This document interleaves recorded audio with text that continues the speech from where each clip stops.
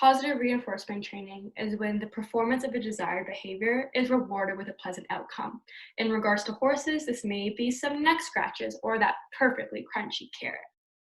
Currently, there is a great push towards using positive reinforcement training, such as clicker training, as it often is promoted as that ethical training alternative from traditional practices such as negative reinforcement and positive punishment.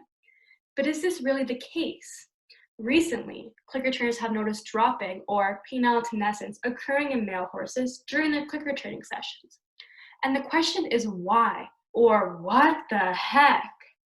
Some proponents of clicker training believe that it is simply a sign of relaxation, while others believe that dropping is a sign of dominance, aggression, or frustration. In these instances, particularly if there is a misguided belief that the horse is trying to exert dominance, trainers may be actively and aggressively reprimanding their horses for dropping behavior, which is a welfare concern. There currently exists no research on the effects of positive reinforcement training on penile senescence, nor is there any documented evidence of any potential negative effects associated with positive reinforcement training. But this is where my research comes in. My research project will gather data on the occurrence of dropping during training through an online survey.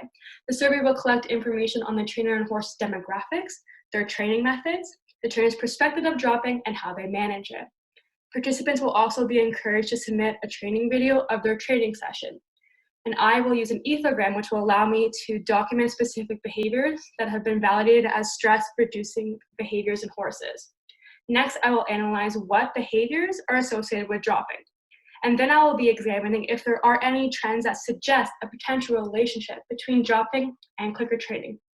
Therefore, I plan on creating a foundation for future research, which can delve more deeply into those causative factors, as well as more in-depth studies evaluating the physiology behind spontaneous erections in horses.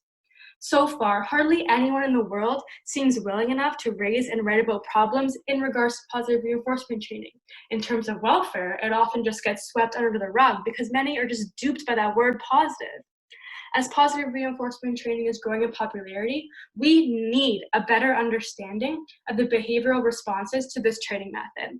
This is extremely important because if there is a relationship between training method and dropping, and it is observed to be a sign of stress, aggression, or frustration, we must modify our training methods to improve the quality of life of male horses during training.